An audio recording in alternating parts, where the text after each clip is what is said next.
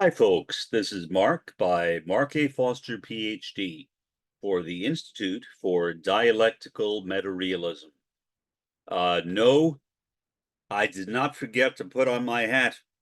I just decided not to wear it this time. Um, don't know why.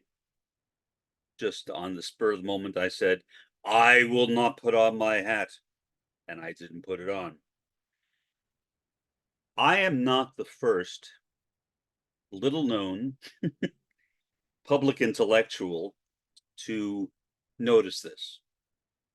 By no means am I the first little-known public intellectual to notice this, but Iran is showing a considerable amount of restraint, which is more than can be said from, I don't know, that country associated with, what's his name? Uncle Sam, that's right, Uncle Sam. Iran could have launched attacks, I suppose, on Israel. They could have, I suppose, launched attacks on the US, but they haven't.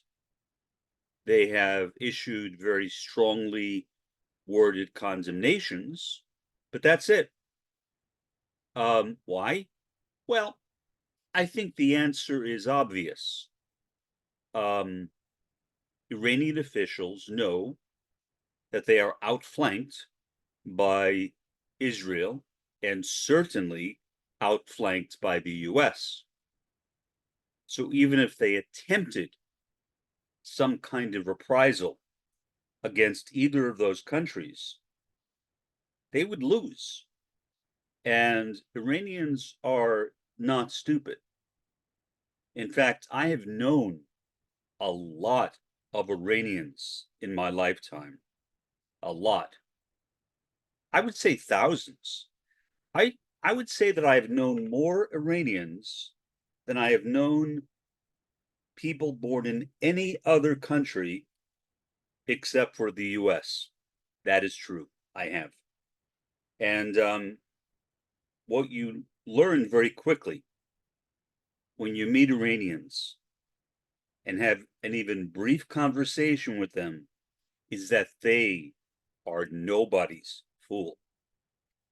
They are a really smart people. I don't know why. I assume it has something to do with Iranian culture, which is a magnificent culture. If you know nothing about it, I would suggest that you spend, I don't know, a few years, a few minutes, few hours, whatever, just reading about it. You will not be disappointed. Um, Iran is not Iraq. Well, that's pretty obvious, right? They're two different countries. My point is that for the US or Israel, for that matter, to attack Iran would not be the same as the so-called coalition of the willing, or whatever they were called, that attacked Afghanistan and then Iraq. Iran is a modern country. It's a modern, industrialized country. Going to Tehran is like going to Paris, like going to England, London, England, like going to New York. It is a really big city, Tehran. And the other cities like Shiraz are also nothing to make light of. Iran is a very modern country with a relatively modern military, obviously not as modern as the militaries of the US and Israel because of a lack of money, but modern enough. And so going into Iran and assuming that it would be a cakewalk attacking Iran is a real misconception. So, my suggestion is that for any neocons who are listening to me, and I doubt any neocons are listening to me, but if you are, do not think about Iran in the way you thought about Iraq. I remember before the Iraq War, I should say the last Iraq War, because there was one before that under the George H.W. Bush administration. But under the last Iraq War, you had all these neocons going on CNN, MSNBC, and Fox. I don't know, because I literally never watch Fox, so I can't speak about Fox, but I assume that they were going on Fox as well, basically saying that, well, if the coalition of the willing, or whatever it was, goes into Iraq, goes into Baghdad, garlands of flowers will be thrown at the soldiers' feet. Do any of you remember that? Yeah, I do. And it wasn't that long ago, relatively speaking. Obviously, that is not what happened. In fact, there were some very weird misconceptions that I can say at least many Americans had about the Iraqi reaction to the US invasion of their country. And I'm not going to do it because it could be misinterpreted, but the thumbs up sign, which basically is used in most Western countries, well, to mean thumbs up, basically that you are approving something in in Iraq, and not only in Iraq, thumbs up means, any ideas? Up yours.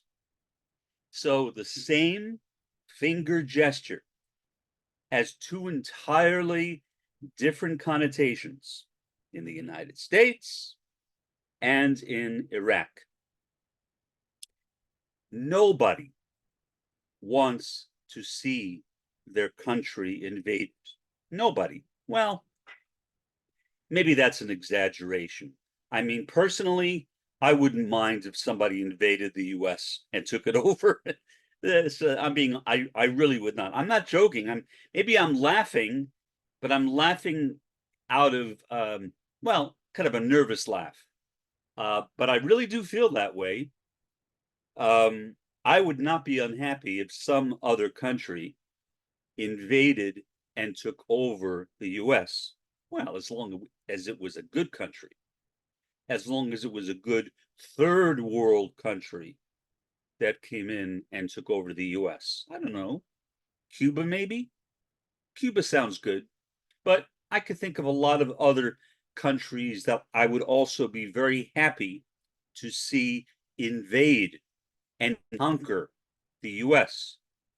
Now, is that going to happen?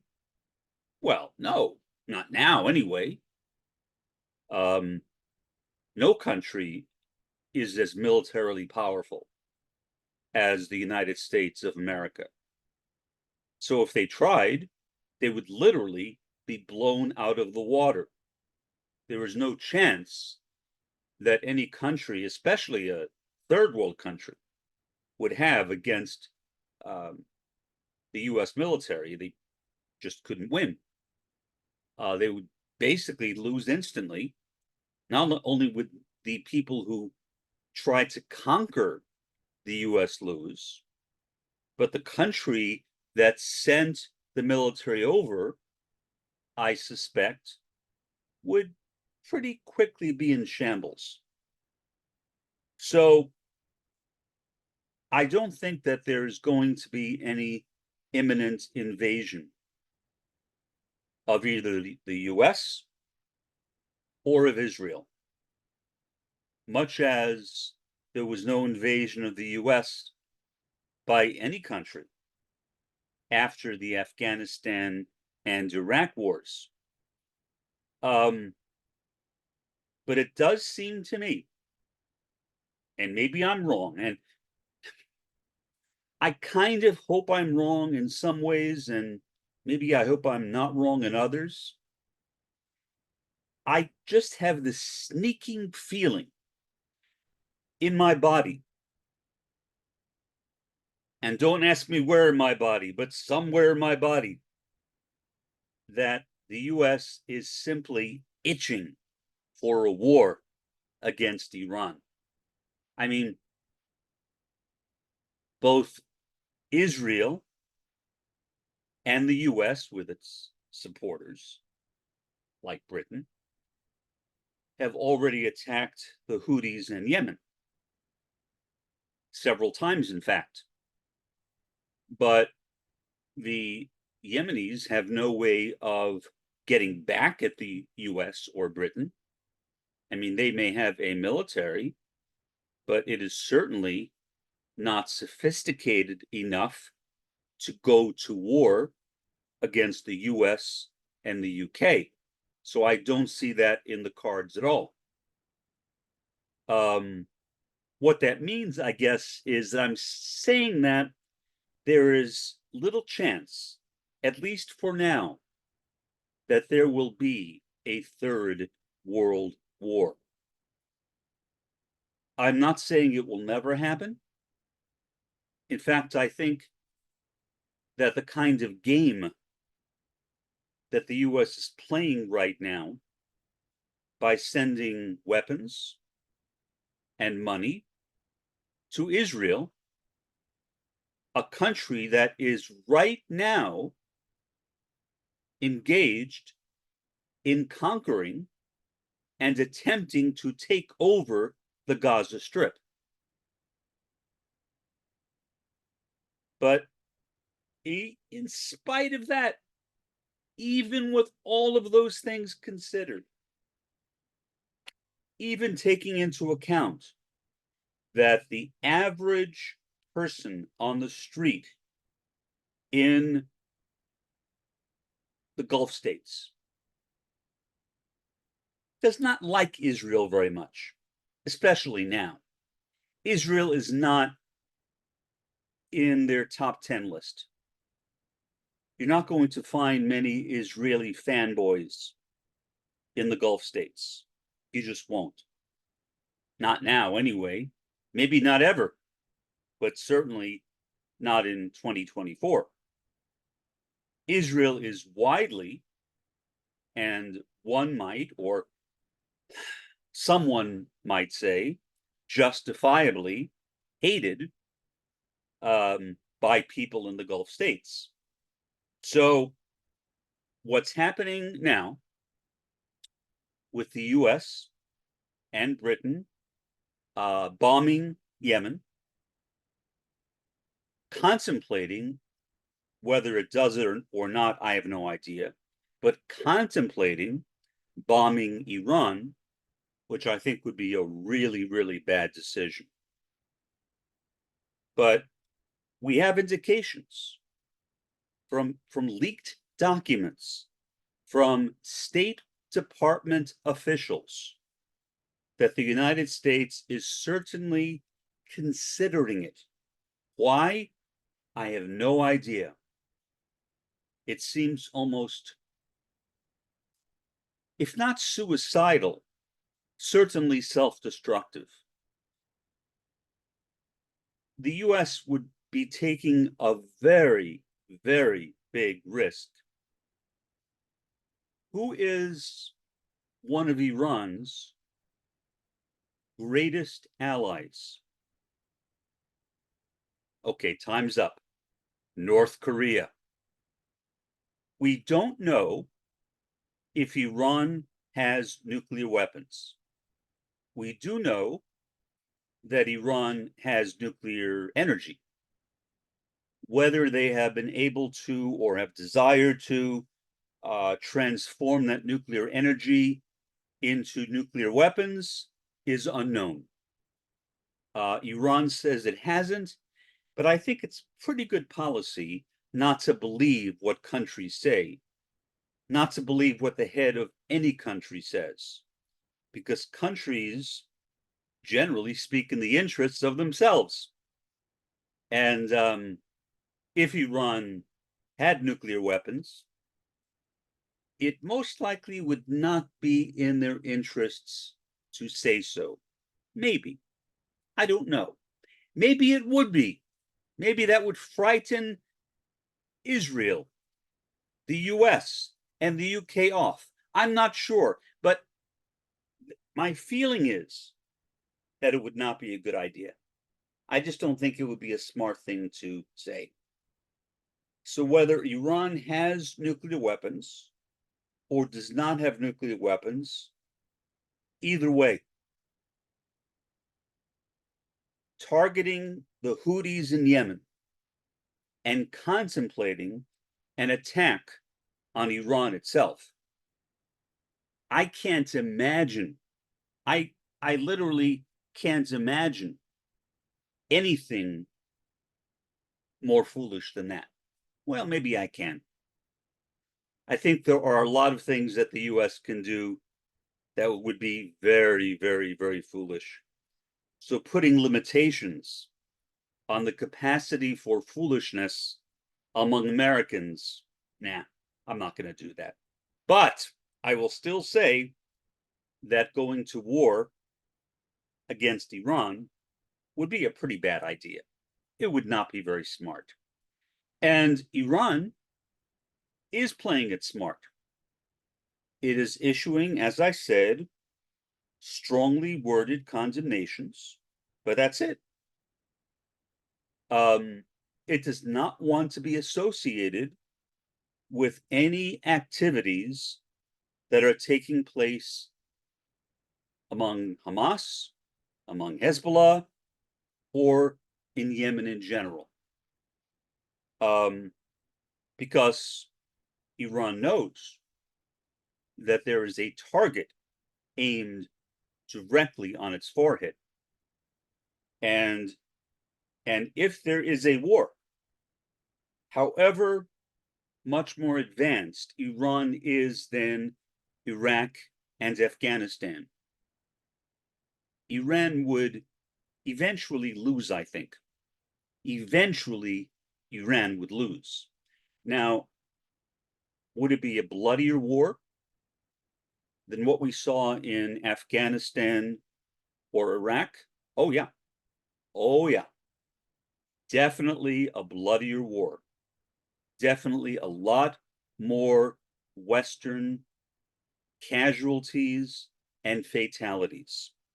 There is no getting around it. I don't see why anybody would think otherwise. And I assume that officials working in the Department of Defense have told Joe Biden and members of his administration precisely that there should be no attempt at assuming that Iran would simply lay back and take whatever attack is given to them without fighting back. Surely Iran would fight back. I do think it would lose. I want to say sadly, but I won't. Oops, I just said it. Iran will lose, I think. But Iran in the process will lose a lot of people. I am not a military strategist. I'm certainly not a good prognosticator, as I have said on numerous occasions. So I don't know how many people, what percentage of the Iranian population would be wiped out. But I think that it is fair to say that it would be a large number. A lot of Iranians would die. and any country which came to Iran's aid, maybe like Yemen, maybe like North Korea, I don't know, would see a lot of deaths as well. So, in a way, you know, I don't really see the purpose of this podcast. I'm not sure if I've said anything that was really that significant. I wanted to talk about this subject because it has been weighing on my mind for much of the day. But to be honest, I wasn't sure how to do it. And now that I'm nearing the end of the podcast, I don't know whether I have accomplished anything. I will let you be the judge of that, not me. But at least from my perspective, I have gotten it off my chest. What I will say in closing is that I would encourage anybody watching this podcast, especially those of you who might think that going into Iran would be a cakewalk, which it definitely would not be, to learn more about Iran, to understand the Iranian people, to understand Iranian culture. Iranians are a very proud people. And I'm saying that not because of rumor, but again, out of personal experience, having known, I think, thousands would be a good guess, of Iranians since my early teens. I know how strong they are. I know how sacrificial they are when it comes to their own country. Iranians may or may not like their current government. There are actually mixed feelings in Iran about the government of Iran. But nevertheless, regardless of how Iranians view the current regime or government, Iranians are a very proud people. They are very patriotic. One might even say nationalistic. Give you one brief example. This was actually offensive to me at the time.